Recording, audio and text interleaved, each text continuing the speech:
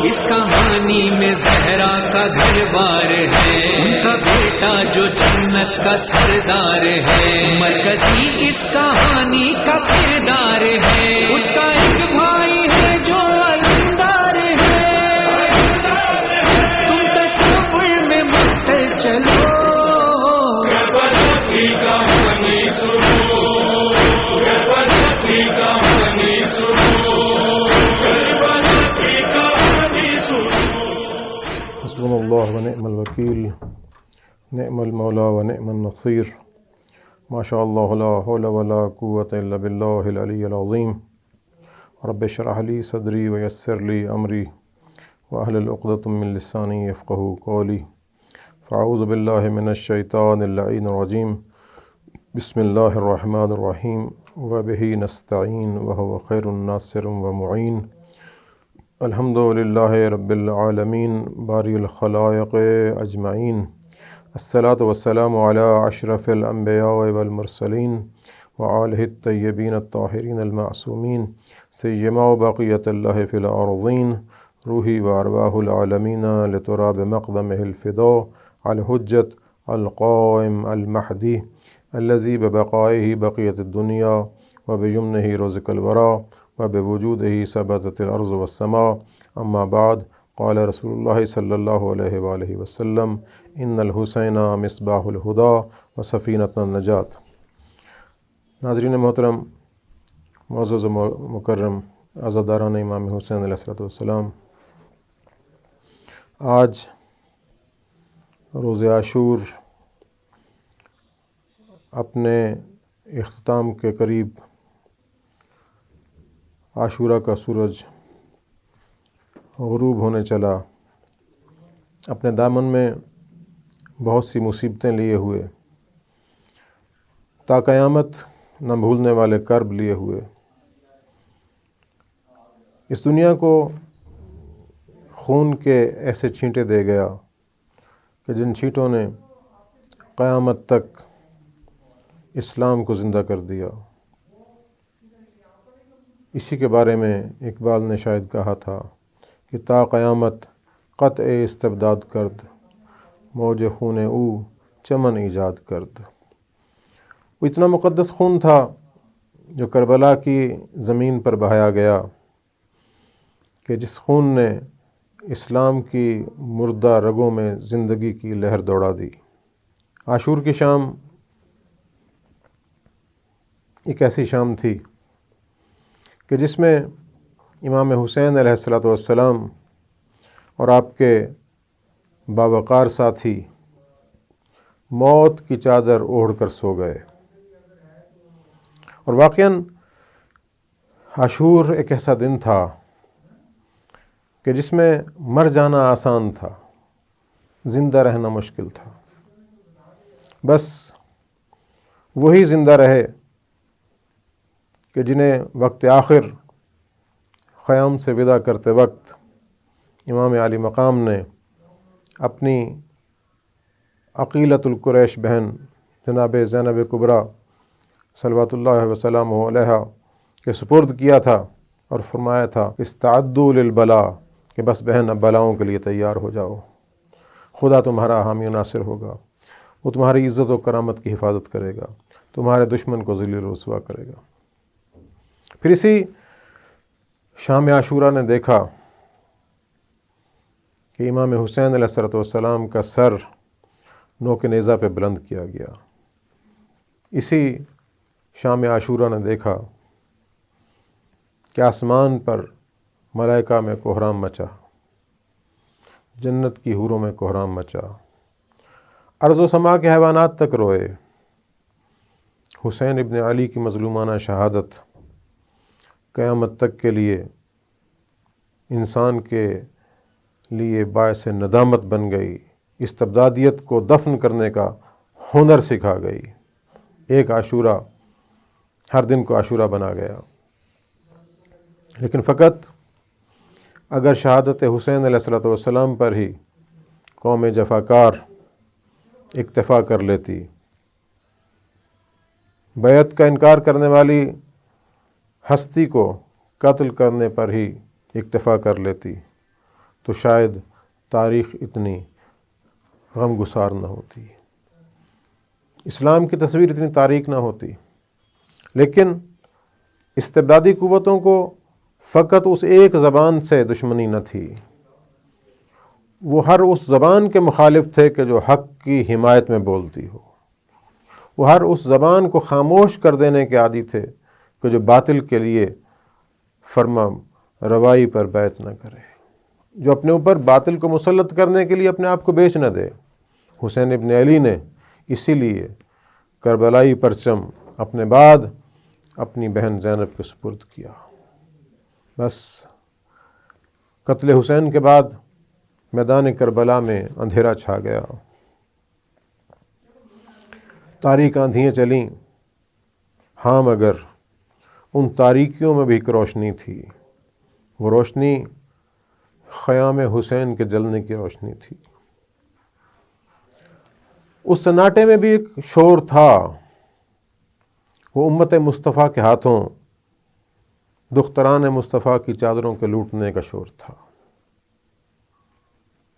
اس میں ایک غوغا تھا، کذاب ہائے امت، کذاب ہائے امت کے ہاتھوں خانوادہ پیغمبر کے اسباب و مال کو لوٹنے کا شور و غوغا تھا۔ بس ایسا ہوا کہ تمام بیوییں ایک خیمے میں پناہ گزین ہوئیں۔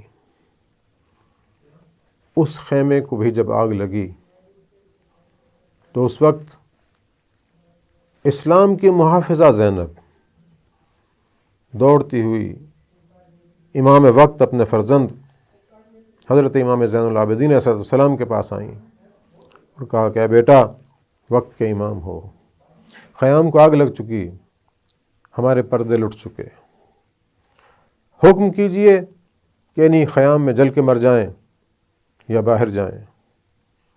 امام نے باہر جانے کا حکم دیا۔ زہرا کی زہرا بیٹی مصطفیٰ کی مصطفیٰ نواسی نے اپنے بالوں سے چہروں کا پردہ بنایا اور خیام سے باہر آ گئیں۔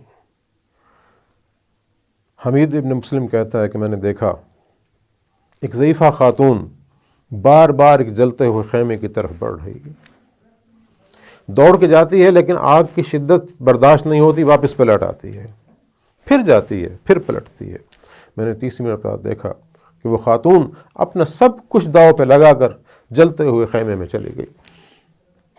کچھ دیر بعد نکلی تو کوئی مال و اسباب اس کے پاس نہ تھا، کوئی دنیا کا مال اٹھائے ہوئے نہ تھی، اپنے بیمار بھتیجے کو اپنے شانے سے لگائے ہوئے، اپنے وقت کے امام کو بچائے ہوئے خیمے سے باہر آئی۔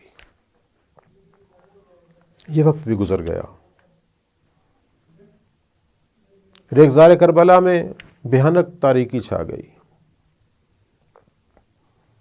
وہ تاریکی کہ جس میں انسانیت پھسک رہی تھی، وہ تاریکی کہ جس سے صبح کربلا نے نمود پکڑنی تھی۔ ریگزار کربلا پر ایک سکون کا منظر چھا گیا۔ آل رسول کے یتیم کربلا کی ریزگار پر بکھر گئے، رسول کی بیٹیاں ایک ٹیلے کے دامن میں پناہ لینے پر مجبور ہوئیں۔ وقت چلتا رہا، کچھ رات گزری تو دونوں بہنوں نے یہ سوچا کہ دیکھتے ہیں خانوادہ رسول کے بچے کہاں کہاں پڑے ہیں۔ گئیں، کہیں کچھ بچے گھوڑے کی ٹاپوں سے شہید ہو چکے تھے، کہیں کوئی بچے زخمی حالت میں تھے، کہیں کوئی بچی اپنے بالوں سے منہ چھپائے ہوئے اوندھی لیٹی ہوئی تھی۔ غرض ان سب کو جمع کیا، ان کی گنتی کی، دیکھا کہ حسین کے دل کا سکون، سکینہ نظر نہیں آتی۔ دونوں بہنوں نے سوچا کہ ہو نہ ہو یہ اپنے باپ کے سینے پہ سونے والی سکینہ مقتل میں نہ گئی ہو۔ دونوں بہنیں مقتل کی طرف گئیں، دیکھا تو امام حسین علیہ السلام کی سر بریدہ لاش، وہ لاش کہ جو گھوڑوں کے ٹاپوں سے پامال ہو چکی تھی، وہ لاش کہ جس کی پسلیاں ایک دوسرے میں پیوست ہو چکی تھیں، وہ لاش کہ جس کے جسم پر تیر و تلوار و تفنگ کے زخم سے کوئی جگہ خالی نہ تھی، اس لاش کے ریزہ ریزہ سینے پر ایک بچی لیٹی ہوئی ہے۔ جا کے اس بچی کو اٹھایا۔ یہ بچی اپنے باپ کی لاش پہ گئی،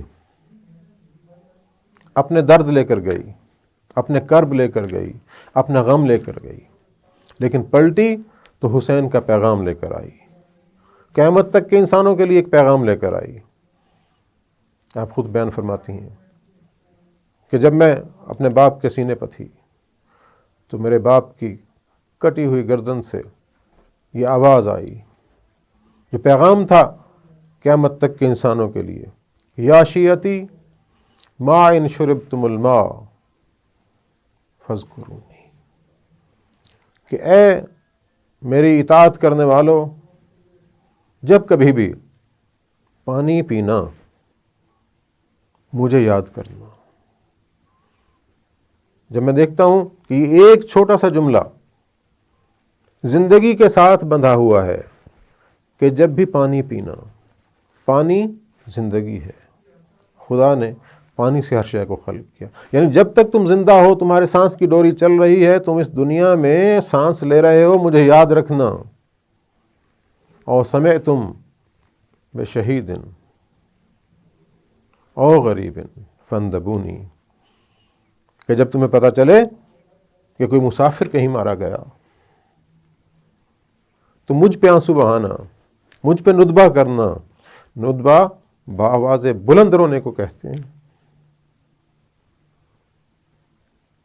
یا لیتکم فی یوم عاشورا تنظرونی، اے کاش کہ تم کربلا میں ہوتے، کیف تسقی طفل فابوا یرحمونی، کہ میں اپنے بچے کے لیے کیسے پانی مانگ رہا تھا اور قوم اشقیا کس طریقے سے ظلم کر رہی تھی۔ اس پیغام کی امین تھی سکینہ، پیغام لے کر آئی۔ رات گزرتی گئی، جو ہی نصف رات ڈھلی، وہ زینب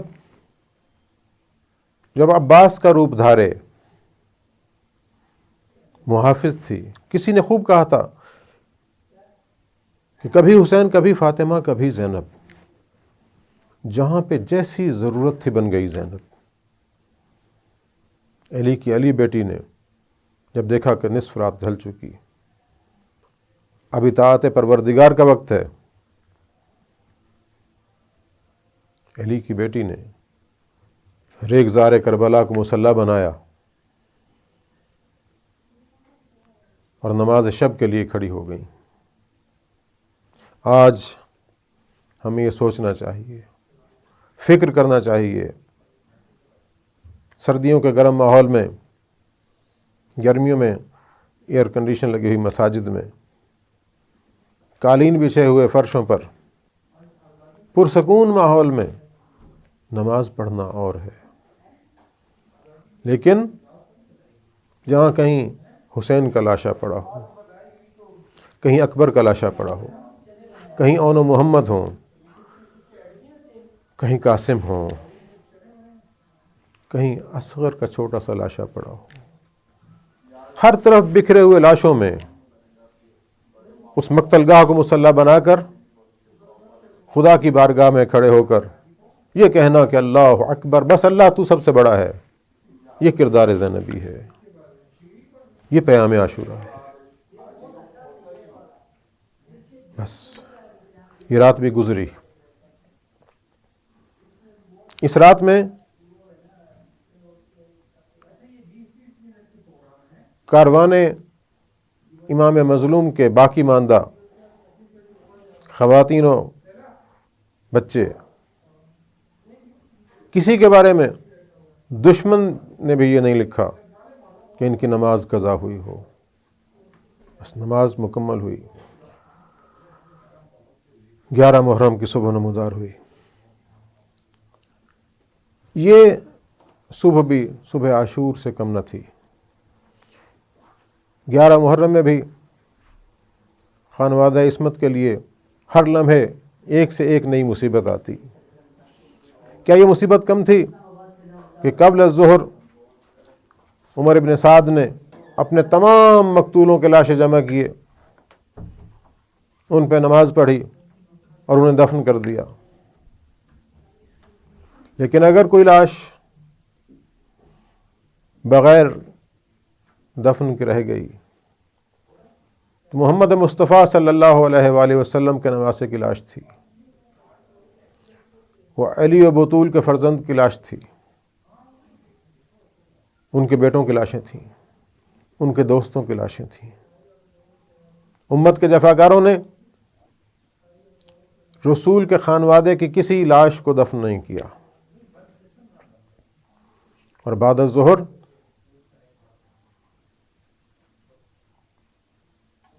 آل محمد کے قیدیوں کو کوفہ لے جانے کا پروگرام بنایا گیا۔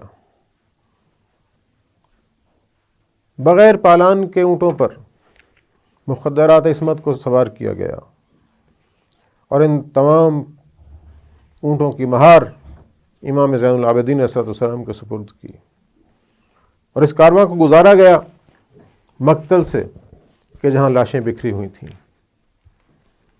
جو ہی جناب امام زین العابدین علیہ السلام نے اپنے عزیز و اقارب کی لاشیں دیکھیں تو تاریخ میں لکھا ہے کہ آپ کا رنگ زرد ہو گیا، موت کا سکوت امام کے وجود پر طاری ہوا۔ وہ محافظہ زینب جو پشت محمل پر دیکھ رہی تھی کہ اب میرے بیٹے کا رنگ تبدیل ہو رہا ہے، نفسیاتی طور پر لازمی تھا کہ اس منظر کو بدلا جائے، امام علیہ السلام کی توجہ ان لاشوں سے ہٹائی جائے۔ بس محافظہ اسلام زینب نے اپنے آپ کو پشت اونٹ سے گرا دیا۔ جو ہی گری ہیں تو امام کی توجہ ان کی طرف مبذول ہوئی، لیکن سامنے امام حسین علیہ السلام کی لاش پڑی ہے۔ جناب زینب سلام اللہ علیہا اپنے بھائی کی لاش کی طرف آتی ہیں اور دیکھنے کے بعد کہتی ہیں کہ انت الحسین، اے سربریدہ لاش، اے زخموں سے چور لاش، کیا تو ہی حسین ہے؟ انت ابن محمد المصطفیٰ، کیا محمد مصطفیٰ کا بیٹا تو ہے؟ بس وہیں سے رخ کرتی ہیں مدینہ کی طرف اور اپنے نانا سے مخاطب ہو کر کہتی ہیں کہ صلی علیک ملیک السما یا جدہ،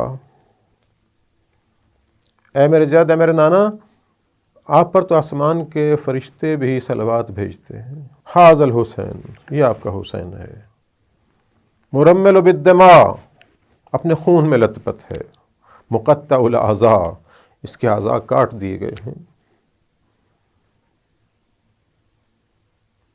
اس کی ہڈیاں اپنے مقام پر نہیں، اس پر ریگزار کربلا کی خاک چادر ڈالے ہوئے ہے، وبناتک صبایا۔